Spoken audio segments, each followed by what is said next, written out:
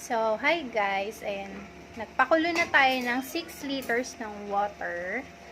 Then, pagkulo na yung tubig natin, ilalagay na natin yung tapioca pearl ng Enjoy. Ayan.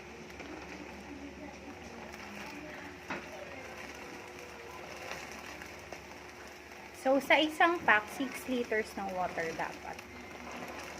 Then, check nyo lang kung dapat hiwa-hiwalay na yung pearls. Kasi pag magkakadikit, mahirap lutuin.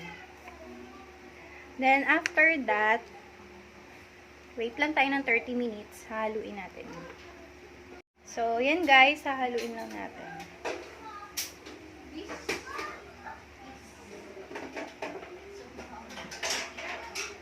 Then, tatakpan muna natin.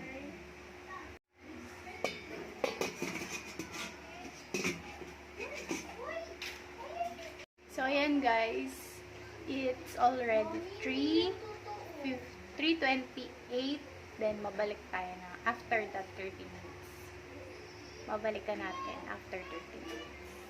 So, ayan guys. Haluin lang natin itong ating sago.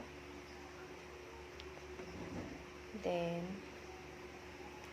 ayan. It's already 30 minutes. Then, papatayin na natin yung flame nung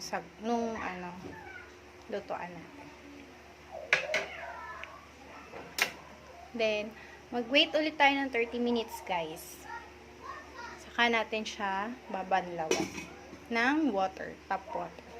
Wait tayo ng 30 minutes, guys. Then, babalikan ulit natin yan at babanlawan.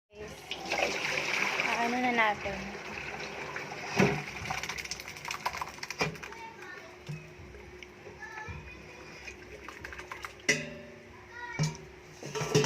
Sopa.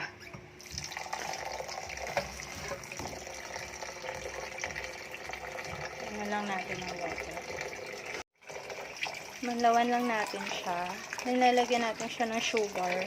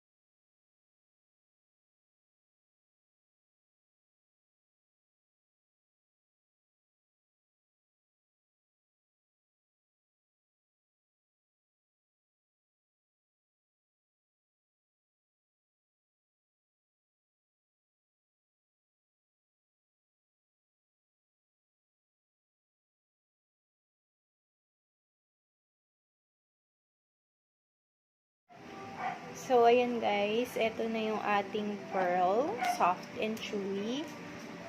So, ganun lang yung ating pagluto ng ating pearl. And, thank you guys for watching. See you on my next one.